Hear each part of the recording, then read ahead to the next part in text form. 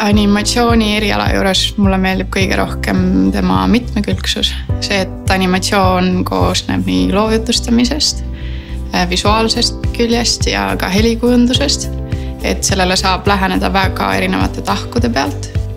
Animatsioon on oma olemuselt väga kaasaegne kunstivaldkond.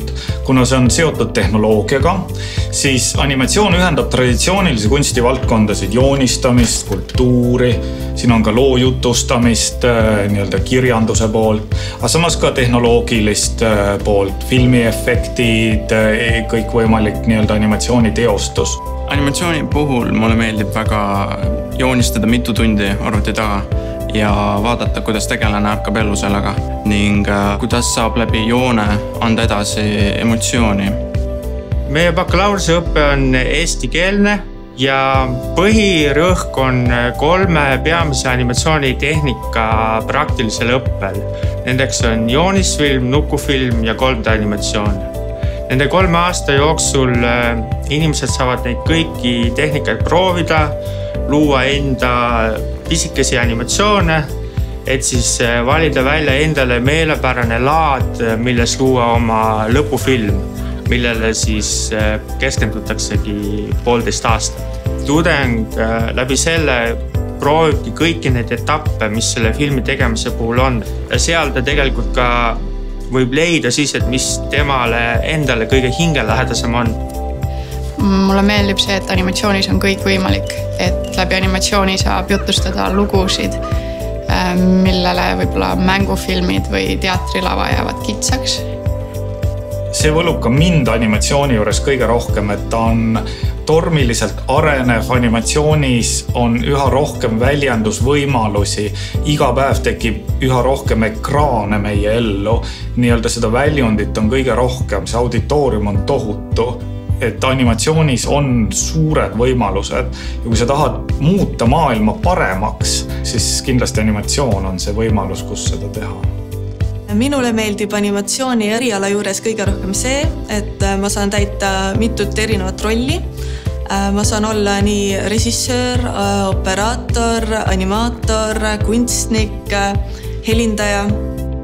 Et see tunne, et me oleme koolis, me oleme kõrgkoolis ja siis me vaatame multifilme.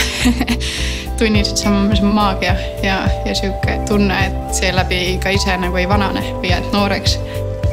Animatsiooniõppe sisu on see, et me koolitame animatsioonfilmi režissööre, inimesi, kes on võimelised pärast kooli tegema iseseisvalt või suurema stuudio koostöös autorifilme. Kuna animatsioon on väga laialt kasutatav ka teistes valdkondades, nagu õpimängud, kõikvõimalik ekraanigraafika, eriefektid mängufilmides. Ka seda õpet on meil päris palju, et pärast lõpetamist on tudengid ka täiesti edukad tegutsema ka animatsiooni lähedastes distsipliinides, audiovisuaalmeedias laiemalt. Sisseastujale soovitan kindlasti väga rahulikult tulla kooli. Komisjon on väga chill ning kuulab kõike, mida sa räägid ning kindlasti too väga palju joonistusi kaasa. Väga hea oleks, kui inimesel oleks ka portfoolio kunstides. Et inimene võiks olla tegelenud mingisuguse kunstivaldkonnaga, kas joonistanud, maalinud, tegelenud skulptuuriga ja väga oodatud on ka, kui portfoolios on ka animatsioonikatsetused. Me ootame õppima avatud, teotahtelisi, energilisi inimesi. Kui me räägime korvpallist, siis sinna on pigem oodatud pikka kasvu inimesed. Animatsiooni õppima on oodatud igasugused inimesed.